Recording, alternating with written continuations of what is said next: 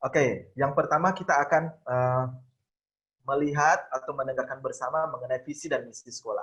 Mungkin beberapa dari Bapak Ibu, khususnya ya Bapak Ibu yang anaknya yang masih melanjutkan di Sekolah Lentera Harapan Toraja di SMA, sudah sering sekali pasti mendengar visi dan misi Sekolah Lentera Harapan Toraja.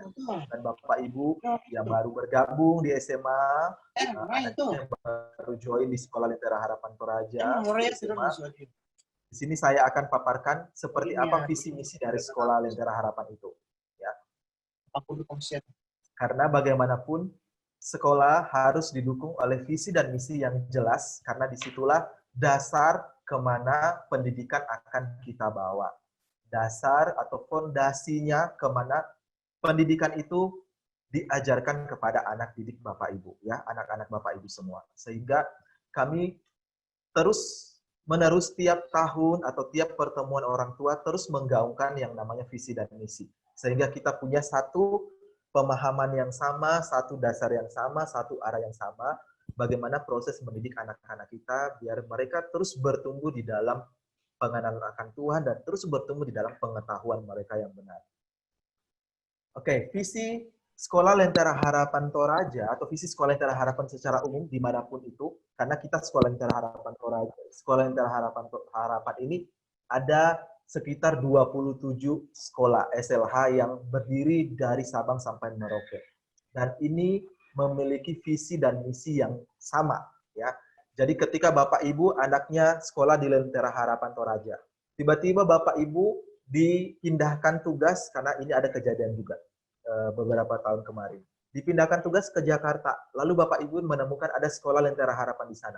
Lalu waktu Bapak Ibu memasukkan anaknya ke dalam, anak Bapak Ibu ke dalam, pasti Bapak Ibu menemukan sistem dan juga pendidikan yang sama, ya, yang ada di Toraja maupun yang ada di Jakarta, karena kita berada di bawah naungan yang sama. Visi kita, visi di Sekolah Lentera Harapan ada dibagi dalam 3 poin, ya Bapak Ibu, 3 poin. Yang pertama ada pengetahuan yang sejati, yang kedua iman di dalam Kristus, karena kita adalah memang bergerak di sekolah Kristen, lalu yang ketiga karakter ilahi. Ya. Jadi 3 visi ini, inilah yang akan tertuang masuk ke dalam pengajaran guru-guru di Sekolah Lentera Harapan Toraja. Jadi Bapak Ibu jangan kaget ketika nanti Bapak Ibu menemukan tugas anak-anak itu sepertinya kayak mau belajar teologi, ya, seperti itu. Jadi banyak respon orang tua seperti itu. Anak saya belajar IPA, tapi kok sepertinya belajar teologi, ya. Belajarnya pendekatannya kok pendekatan Alkitab, ya. Nah itu, karena memang kurikulum kita di sekolah diramu atau dirancang oleh yayasan untuk memenuhi visi ini masuk ke dalam pengajaran. Jadi visi ini nggak hanya terpampang menjadi slogan sekolah, tidak. Tapi visi ini hidup di dalam pembelajaran, di dalam pendidikan, ataupun di dalam program-program sekolah yang nanti saya akan jelaskan kepada Bapak Ibu. Jadi pertama ada pengetahuan sejati. Jadi kami mencoba untuk mengajarkan kepada anak-anak Bapak Ibu di tempat ini bahwa ketika mereka mulai belajar pengetahuan atau belajar sains, belajar apapun, mereka tetap belajar itu di dalam koridor sudut pandangnya Allah. Ya. Sehingga waktu mereka tumbuh dewasa, mereka mulai bekerja, mereka tahu mereka harus gunakan pengetahuan itu seperti apa. Ya, pastinya untuk sesuatu yang baik, ya, untuk kemuliaan Tuhan pastinya, ya, untuk menggenapi visinya Tuhan dalam hidupnya. Jadi tidak serta-merta mereka belajar pintar, ya, tahu semua hal, tetapi tidak tahu untuk apa. Tidak tahu ketika belajar banyak, tidak tahu makna dari saya belajar ini apa. Ya. Sehingga kita mengajarkan ada namanya pengetahuan sejati. Bahwa semua pengetahuan dilandaskan di dalam firman Allah. Jadi semuanya berbicara IPA, berbicara matematika, berbicara seni, semuanya dilihat dari sudut pandang Allah. Bagaimana Allah merancang sebuah pendidikan atau pengetahuan itu, dan saya sebagai siswa terlibat di dalamnya, ya, untuk menjalankan visi misinya Tuhan dalam hidup saya. Nah, itu kita mau anak-anak itu punya kerangka pemikiran seperti itu. Lalu yang kedua, iman di dalam Kristus atau iman di dalam Tuhan. Selain belajar, anak-anak juga kita harapkan punya iman yang mendalam akan Tuhan. akan firman Tuhan di dalam hidupnya. Jadi tidak hanya di sekolah minggu mereka belajar firman, tetapi di sekolah di Lentera ini mereka belajar firman-Nya tiap hari. Ya. Tiap pagi masuk jam 7, lalu 15 menit ada devosi pagi bersama guru-guru belajar firman. Lalu tiap minggu, sekali seminggu ada ibadah bersama kumpul di aula untuk belajar firman. Lalu tiap hari di dalam pembelajaran guru-guru selalu ada yang namanya refleksi atau bagaimana menuangkan apa yang mereka pelajari di dalam iman mereka, di dalam kepercayaan mereka kepada Tuhan, kepada Kristus. Jadi di sini kami mengajarkan semuanya secara holistis kepada anak-anak kita di tempat ini. Lalu karakter ilahi yang terakhir. Jadi selain itu kita mencoba untuk juga mengajarkan kepada anak ya, ketika mereka sudah belajar pengetahuan yang banyak, ketika mereka sudah punya iman di dalam Tuhan, itu harus lahir dalam diri mereka ya. Lahir itulah menjadi karakter yang baik dalam diri mereka. Sehingga Bapak Ibu mungkin ya, ataupun saya sering mendengar ya di luar bahwa kalau mau anaknya punya karakternya baik, ayo masukkan ke Lentera. Sebenarnya bukan itu permasalahannya. Ya, bukan semua itu intinya. Tetapi intinya adalah karakter itu bukan sesuatu yang kami ajarkan tiap hari, sebenarnya bukan. Tapi itu yang kami ajarkan yaitu yang dua tadi, pengetahuan sejati, iman di dalam Tuhan. Dan karakter itu lahir, buahnya. Sehingga waktu dua ini sudah dihidupi, karakter ini akan lahir tersendiri dalam diri mereka. Karena mereka sudah tahu ketika saya melakukan sesuatu, apakah itu berlandaskan iman dan itu baik di mata Tuhan atau tidak. Ya, jadi ada karakter atau buah yang lahir daripada hidup anak-anak kita nanti. Nah, itu yang kita harapkan. Lalu berikutnya ada misi sekolah Lentera Harapan Toraja. Ini juga dibagi 3 hal misinya. Yang pertama, kita berharap ya, dan kita terus mendukung anak-anak kita bertumbuh untuk apa? Pertama, menyatakan keutamaan Kristus. Jadi apa artinya menyatakan keutamaan Kristus? Artinya pada saat mereka melakukan sesuatu atau bertindak, ya, mereka tahu bahwa yang saya gaungkan, yang saya bawa itu adalah Tuhan yang saya imani, yang saya percaya, yaitu Kristus. Sehingga waktu saya melakukan apapun ya di dalam hidup saya ataupun di rumah kepada orang tua saya, kepada adik saya, dia harus tahu bahwa saya melakukan itu untuk apa? Yaitu untuk keutamaan Kristus dalam hidup saya. Saya harus bisa memancarkan apa yang namanya Tuhan di dalam hidup saya. Lalu yang kedua, saya harus bisa terlibat dalam pemulihan yang bersifat menebus segala sesuatu di dalam Kristus. Jadi di dalam hidup anak-anak kita, kita harapkan ya kita terus didik mereka di tempat ini ya, ketika belajar di sini bahwa waktu mereka beriman, mereka harus betul-betul beriman di dalam Kristus. Dan iman itu sekiranya harus bertumbuh, berbuah di dalam hidup mereka. Nah, ketika berbuah, mereka harus terlibat di dalam pemulihan. Mereka akan terlibat di dalam misi pelayanan. Sehingga nanti waktu saya jelaskan program, Bapak Ibu akan menemukan ada program misi, yaitu pelayanan keluar bagi anak-anak kita di tempat ini. Jadi mereka mulai melakukan pelayanan di usia mereka yang masih sangat muda ini. Mereka sudah mengenal seperti apa saya melayani, bagaimana saya melakukan pelayanan yang benar di hadapan Tuhan. Karena itu hidup karena mereka tahu bahwa saya hidup untuk Tuhan, untuk Kristus. Melalui pendidikan holistis, ya. Pendidikan holistis yaitu pendidikan yang tidak hanya yang saya tadi sudah katakan, tidak hanya mengajarkan pendidikan saja, pengetahuan saja, tetapi ada mengajarkan iman di dalam, mengajarkan semua aspek yang ada di dalam hidup mereka, aspek sosial, ya. Mereka semua mendapatkan semua di sini, di sekolah ini.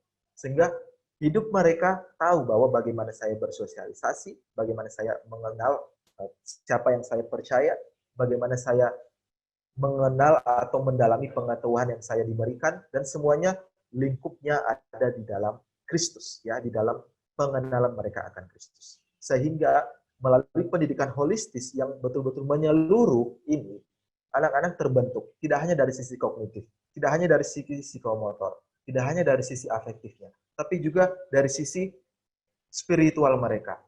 Juga terbentuk dari sisi bagaimana social skill mereka, ya, kemampuan atau keterampilan bagaimana mereka bersosialisasi.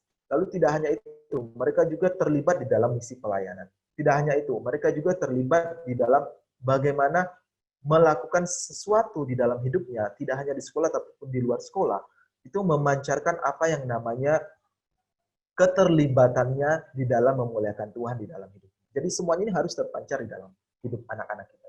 Sehingga dilakukanlah, dinamakanlah melalui pendidikan yang holistis. Ya.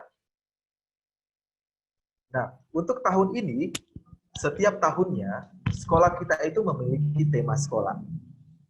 Ya, tadi sudah muncul visi, lalu muncul misi sekolah, lalu di dalam visi misi ini dimasukkan ke dalam tema sekolah.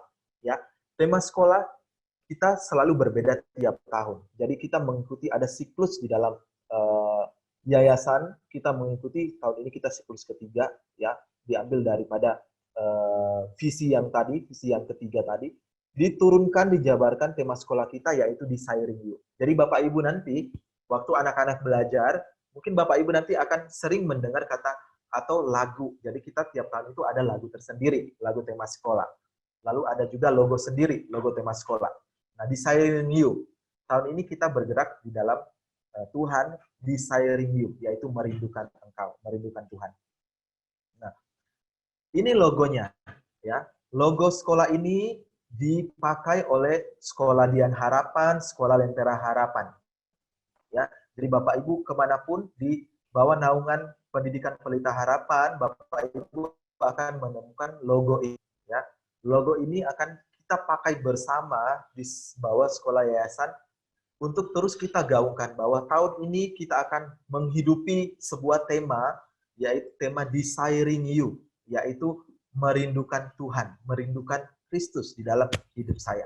Ya, itu diambil ayatnya dari Yesaya 26 ayat 86 sampai 9. Ayat 8b sampai 9a. Bunyinya seperti ini. Kesukaan kami ialah menyebut namamu dan mengingat Engkau. Dengan segenap jiwa aku merindukan Engkau pada waktu malam. Juga dengan sepenuh hati aku mencari Engkau pada waktu pagi. Jadi tema sekolah ini akan tertuang masuk ke dalam pembelajaran anak didik kita, anak-anak Bapak Ibu, ya, kesehariannya. Jadi tema ini, Desiring You, merindukan Engkau, akan dimasukkan ke dalam pembelajaran guru-guru di sekolah ini. Ya, jadi ini tema ini akan dihidupi dalam 1 tahun ini.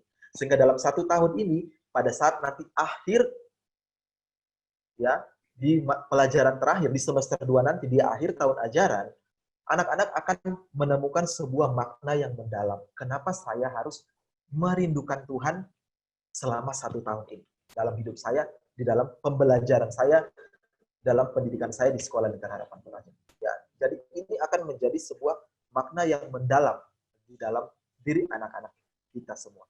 Ya. Nah, tema ini saya akan jabarkan secara rinci. Nah, ini temanya, ya, sangat indah ya Bapak Ibu. Ini kalau Bapak Ibu secara sekilas lihat ini seperti mata air ya, sebuah tetesan air. Nah, memang bergeraknya ke situ. Jadi secara langsung kalau kita lihat, ini tema kita ini bergeraknya atau menyatakan sebuah mata air atau sebuah tetesan air. Ya, kalau tahun lalu temanya itu 2 buah tangan, jadi 1 tangan Tuhan dan 1 tangan kita yang akan terus ditopang oleh Tuhan. Ya, 2 tahun lalu. Lalu tahun ini, tahun kemarin itu berbicara mengenai bejana, ya, bejana Tuhan. Bagaimana kita sebagai bejana Allah dibentuk, ya, sesuai dengan keinginan Allah, keinginan Tuhan. Lalu tahun ini kita melihat bagaimana kita hidup di dalam kehidupan kita untuk merindukan Tuhan. Nah, ini ada mata air, ada sebuah lambang air. Nah, lambang air ini melambangkan bahwa setiap kita manusia itu butuh air, ya. Butuh air untuk apa? Butuh air untuk melepas dahaga kita. Waktu kita haus, kita butuh pasti carinya air. Kita nggak cari nasi waktu kita mulai haus, ya, kita cari air. Karena kita tahu bahwa air itu menyegarkan. Air itu sesuatu hal pokok yang harus dibutuhkan oleh tubuh manusia, air, ya. Sehingga ini sangat dibutuhkan dalam kehidupan manusia. Nah, simbol kita tahun ini itu berbicara kepada air, kepada kita bahwa ada simbol yaitu air, melambangkan bahwa kita hidup atau kita hanya bisa dipuaskan di dalam Tuhan melalui mata air kehidupan, ya, air hidup di dalam pribadi Kristus sendiri, ya. Sehingga ini dilambangkan mata air. Itu menyegarkan kita, merindukan. Jadi ketika kita rindu, ya, kita haus akan Tuhan, Maka itu Tuhan yang bisa menyegarkan, memenuhi semua dahaga kita. Sehingga waktu kita minum air hidup itu kita tidak akan haus lagi. Nah ini kita ingin terus didik anak kita untuk hidup di dalam ini. Ya. Lalu ada kata desiring. Ini desiring ini merindukan. Ya. Ini seolah-olah memutus ya, memutus ada putusan air di sini. Ya. Nah ini artinya kenapa ada seperti bolongan ini memutus? Ini artinya ketika kita sudah hidup di dalam Tuhan, air hidup itu kita sudah punya, ya kita sudah diberikan Tuhan, maka kita bagikan kepada orang-orang di sekitar kita. Itulah dinamakan pelayanan. Pelayanan kita kepada sesama. Pelayanan kita kepada orang lain. Makanya kenapa dalam program sekolah harus ada misi pelayanan bagi anak-anak kita. Karena mereka perlu ya tahu bahwa ketika saya sudah menikmati air hidup itu di dalam Tuhan, saya harus bagikan kepada orang lain di dalam pelayanan saya keluar. Ya. Lalu berikutnya kita ada lihat kata you, ya. Ada kata you di sini. Lalu ada O-nya ini mahkota duri, ya. Ini U ini adalah huruf besar ya Bapak Ibu, itu melambangkan Kristus atau Tuhan sendiri. Jadi huruf Y ini menopang. Dalam artian apa? Waktu kita sudah hidup di dalam air hidup itu, maka yang menopang kita, yang terus menyegarkan kita hanya satu, yaitu Tuhan sendiri, pribadi Tuhan itu sendiri. Sehingga kita akan terus ditopang oleh Tuhan. Ya. Nah, semuanya hanya kita bisa nikmati di dalam anugerah, di dalam penyertaan Roh Kudus di dalam pribadi Yesus Kristus juga, ya. Jadi semuanya kita ditopang, kita mau bahwa ada air hidup yang betul-betul juga mengisi kekosongan di dalam anak kita, ya. Apalagi di masa muda mereka, mereka harus betul-betul tahu di masa muda ini apa yang harus saya kerjakan untuk Tuhan. Ketika mereka sudah tahu dan mengenal itu, maka dia akan sadar bahwa saya hanya bisa dipenuhi dan dipuaskan hanya di dalam Tuhan. Ya. Air hidup itu saya butuhkan dalam hidup saya. Karena hanya itu yang bisa memenuhi kebutuhan saya, memenuhi spiritual saya, rohani saya ya dalam hidup saya. Sehingga saya pasti akan terus merindukan Tuhan setiap harinya dalam hidup saya. Begitu juga dengan kita semua. Ya. Apa yang kita rindukan di dalam hidup kita? Pasti semua kita sebagai orang percaya, pasti kita rindukan yang namanya kasih Allah, anugerah Allah, penyertaan Allah untuk terus memuaskan hati kita.